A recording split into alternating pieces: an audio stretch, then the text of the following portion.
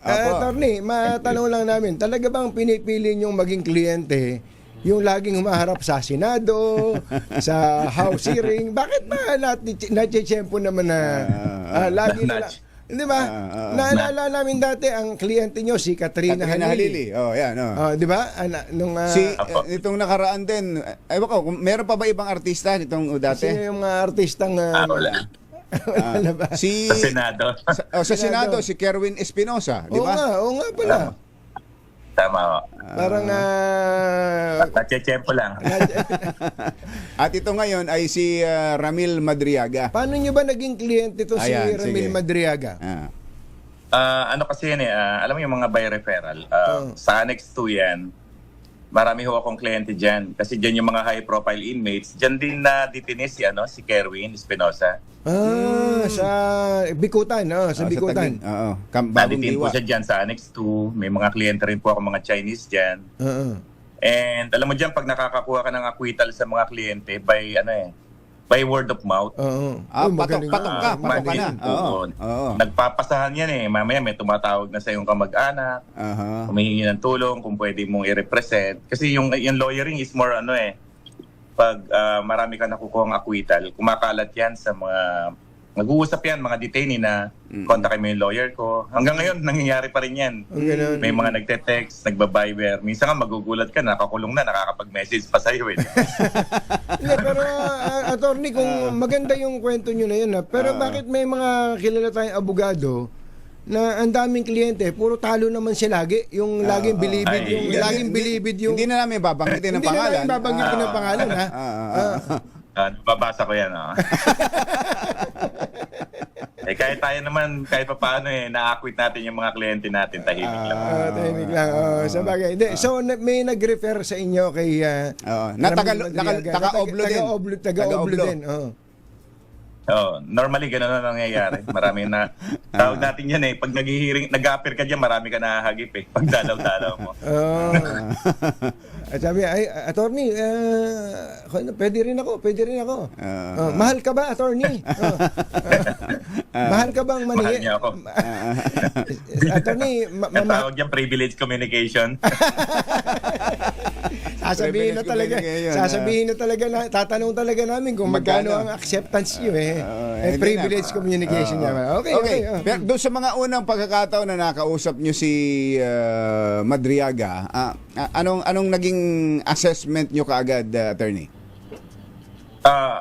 Yung mga first two meetings, medyo mababaw pa yon. Yung mga kwento niya, we have to check outside. Every time may babanggitin siyang pangalan, meron din naman tayong mga kaibigan, matagal na tayo sa practice. So we have to check yung mga sinasabi niya, yung pinuntahan niya, yung mga nakilala niyang tao. Tinatawagan ko yun. So syempre, after some time, doon mo makukonvince pag nag-uusap kayo harapan, makikita mo tuloy-tuloy Hindi siya nagkakamali sa kwento niya. Every other day, dadalawin mo, hindi nagbabago yung kwento So pag may papagawa akong salaysay sa kanya, sige nga, sulat mo nga. Ganun ang nagiging sistema namin. Kasi alam mo, pag nagsusulat ka, di ba, napaprocess ng mind mo yan. Yes. Kung mapupunan mo kahapon, sumasagot siya sa tanong, hindi siya nagbabasa ng affidavit niya. Ako na nga yung nagsasabi, pag sinabi yung paragraph ganyan, you look at it, basahin mo. Hindi Sabi niya, hindi, mas gusto kong sumagot based on recollection talaga. So makita mo yan yung manner niya, yung demeanor niya when he testified, nakapokus siya. Ganon sa jail. Kaya lang sa jail, ang pinagkaiba, masyadong tahimik, ang hina ng boses. Tapos nahihirapan yung mata niya sa liwanag kasi nga daw sa selda madilim.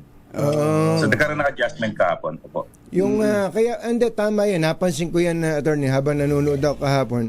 Halimbawa yung isang congressman in your affidavit in paragraph 46 ganon, halimbawa you mentioned this ganito, iniisip ko titingnan niya yung affidavit at bubuklatin yung sa paragraph 46. Hindi dire-diretso babasahin ng congressman yung tanong niya, sasagutin niya ng diretso without even referring to the copy of that affidavit.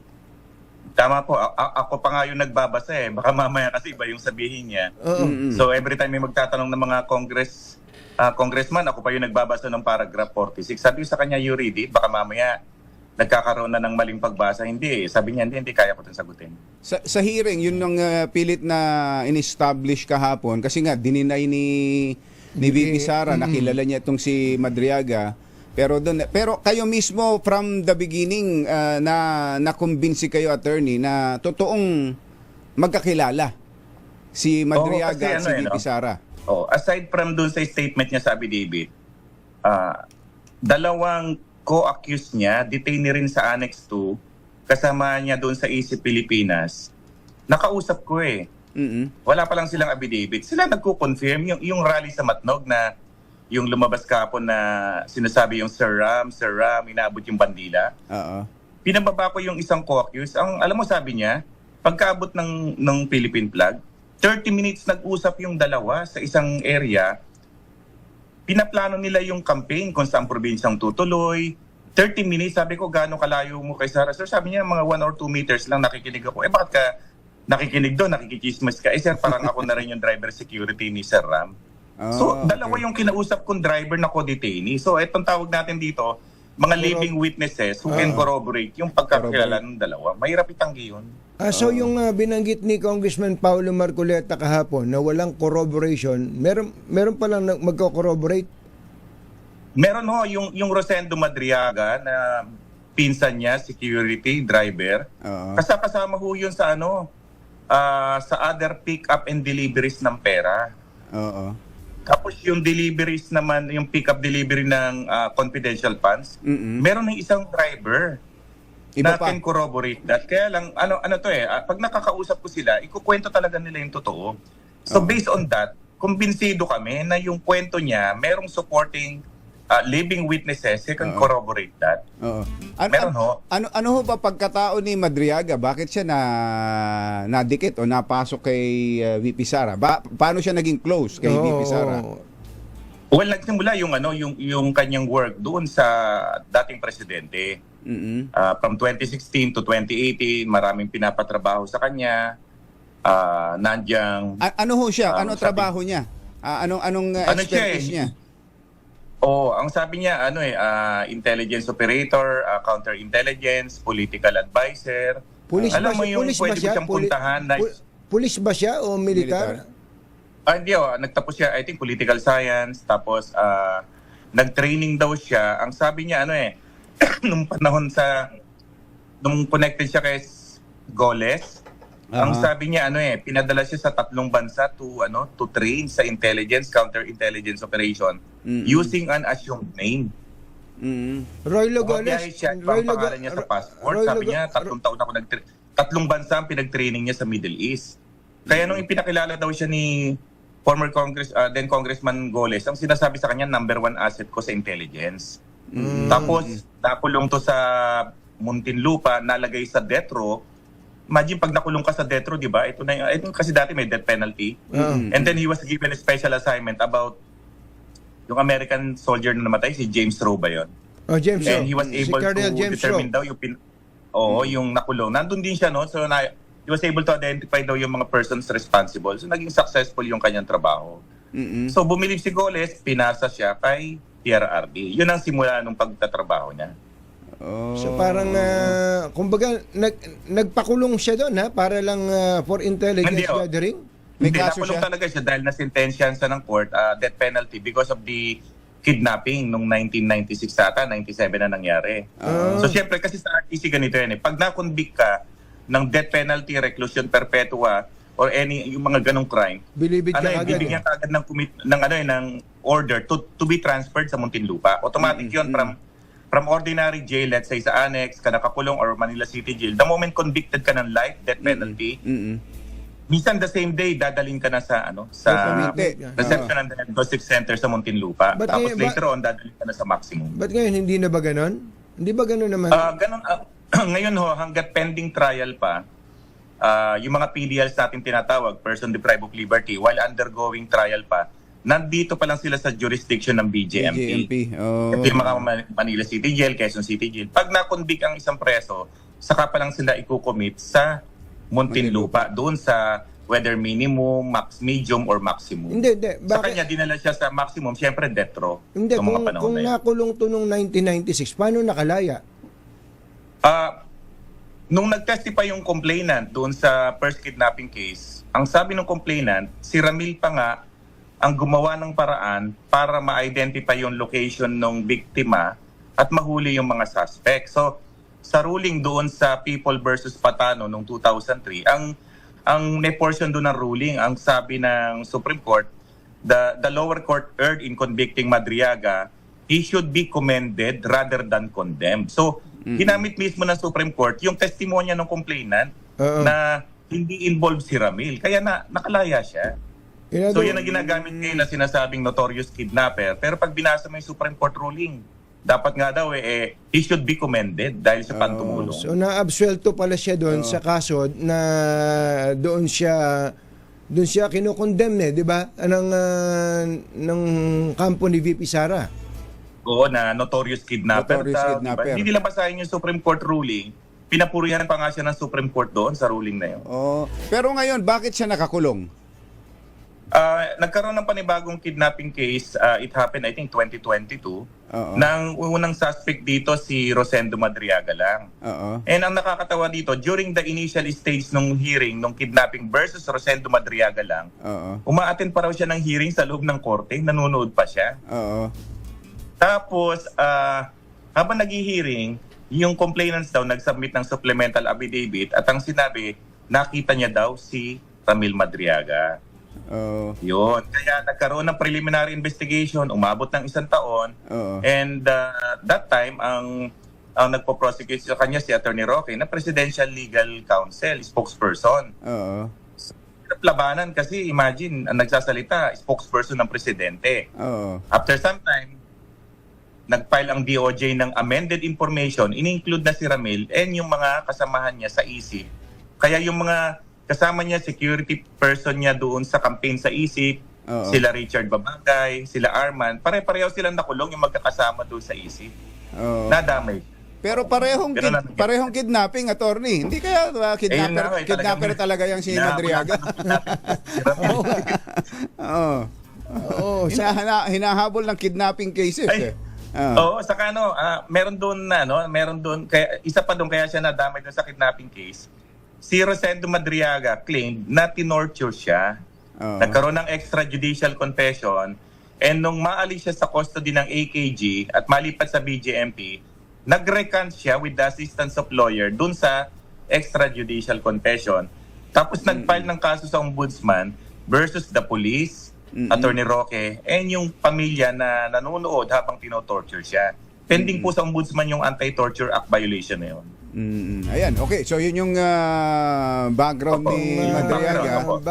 Yung isang binanggit ni Madriaga na napatugtog pa doon kahapon, yung birthday greeting ni VP Sara kay Ram. Ako naman na attorney, para sa akin, it does not prove anything kung bumati man si VP Sara. Maraming ganun Ako lang ang dami nagpapabati sa akin, hindi ko man kilala Papahawakan pa nga sa akin yung at alam niyo naman kami pag bumati ni kami kumbachero, parang kilala namin para lang sumaya yung pinapabati. Bakit kailangan i-presenta pa yon? Actually tama yon, pero kung mapupuna mo dun sa supplemental affidavit, hindi naman siya parte ng supplemental affidavit. Kasi alam ko naman yan yung mga politiko, may magpapagreet, shout out, kayo nag-greetings kayo, hindi nyo naman kilala.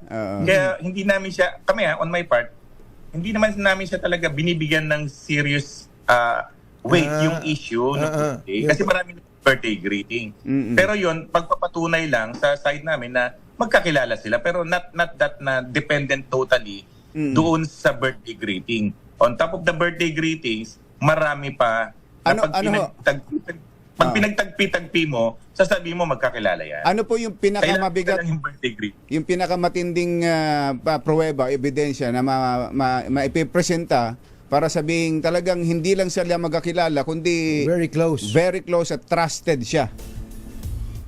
Oo. Ano lang yan tawag natin yan additional evidence lang yan. Hindi siya yung lone evidence. Kasi hindi porke nag-birthday, close na kayo.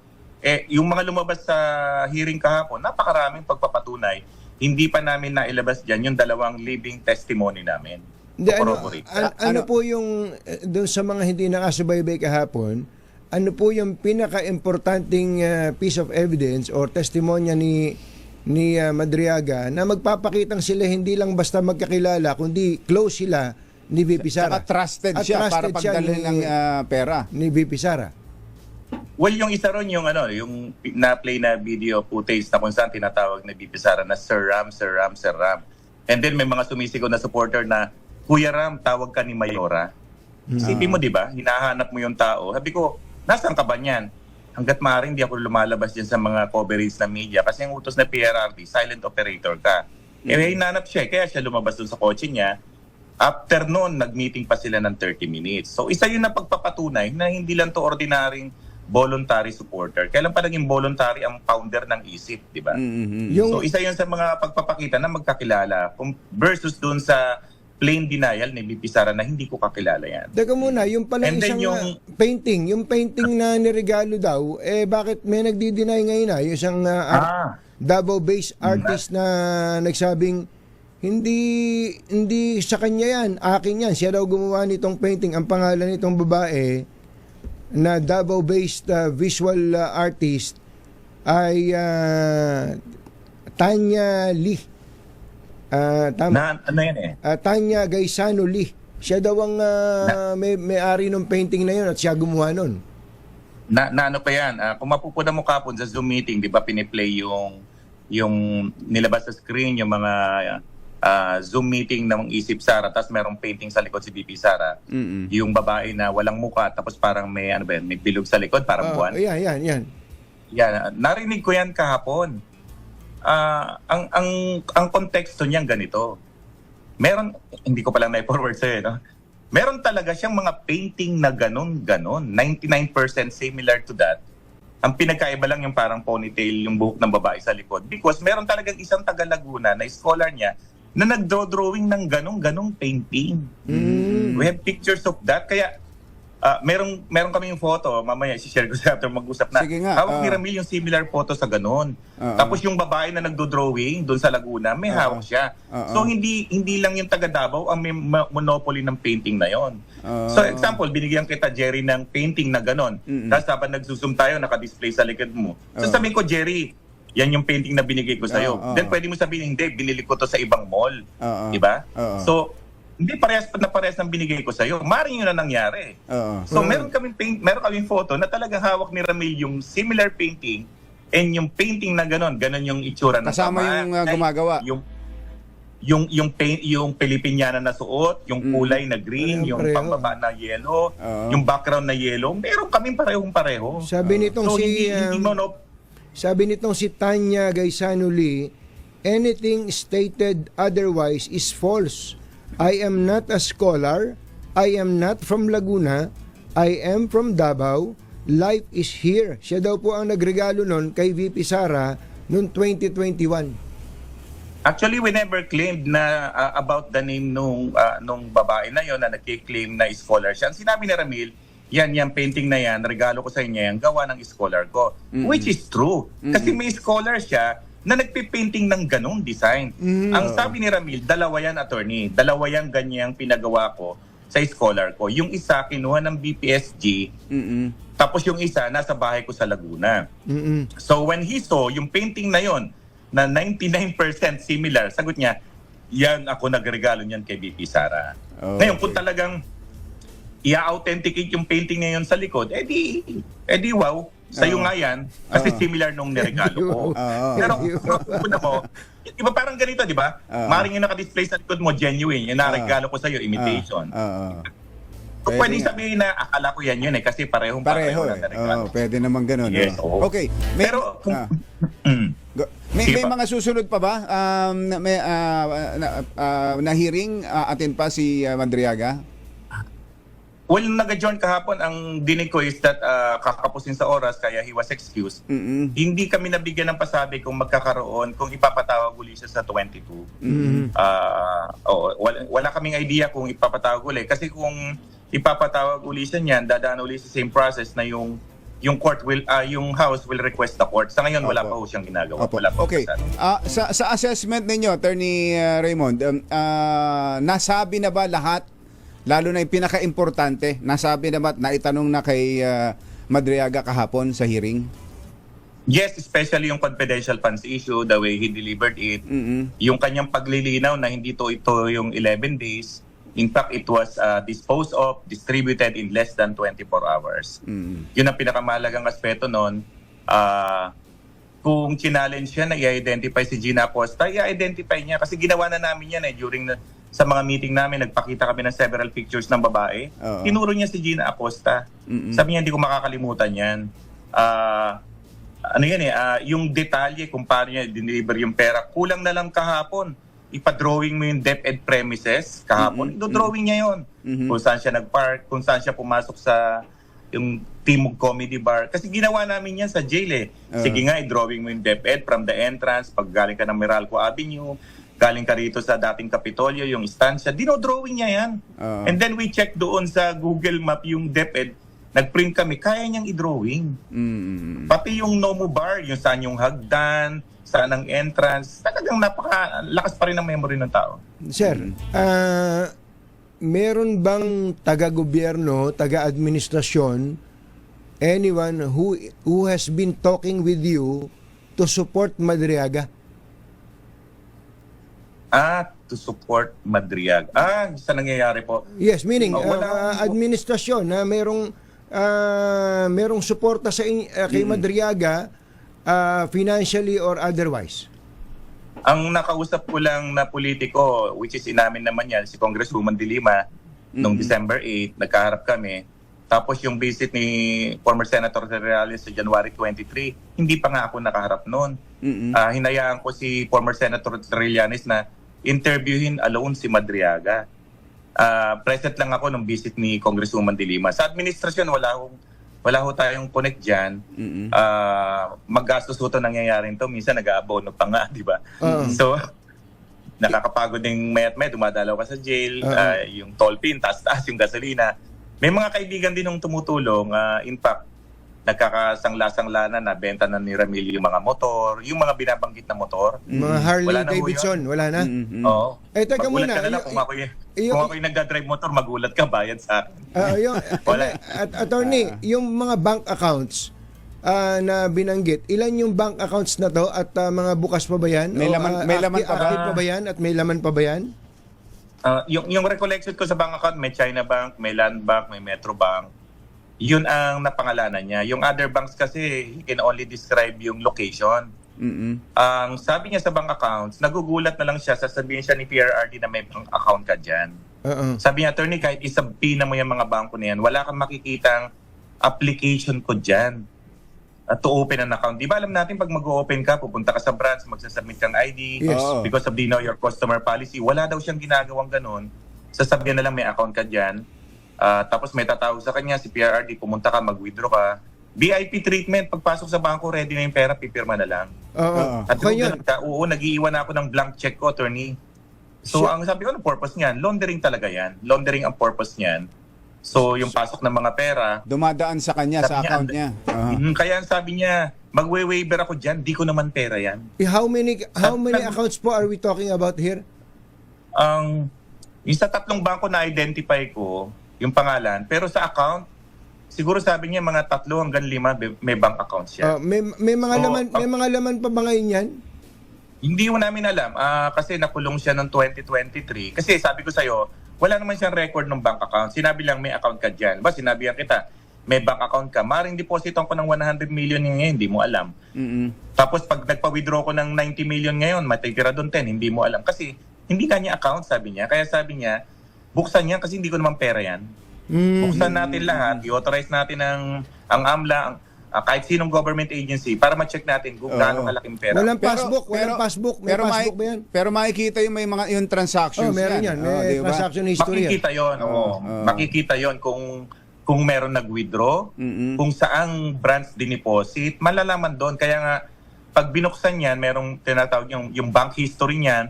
Kung may nag-deposit ng 100 million, matitrace yan kung saang banko. Kasi yung mga branches may mga code yan, di ba? Yes. So matitrace yan. Tapos kung saan siya nag-withdraw, matitrace yan. Tama. Kaya the best is buksan yung bank account. May kopya ba siya ng passbook? Wala siyang copy.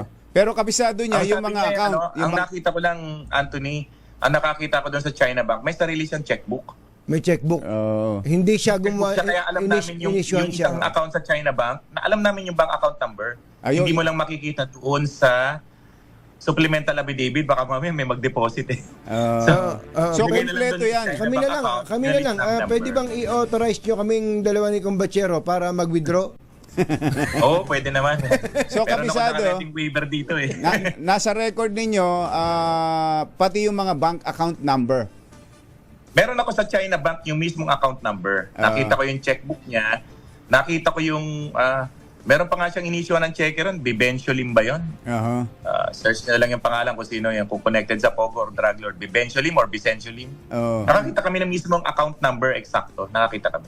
Oo. At yun ay pwedeng pabuksan kung talagang... May waiver siya, no? may ano. Ano yan? Doon magsisimula yan. Pag may waiver ka na, lahat ng malalaking bangko or bangko sa Pilipinas na nasa record ng Bangko Sentral, pwedeng pabuksan yan, i-search sa computer. Doon magkaalaman kung magkano pera talaga.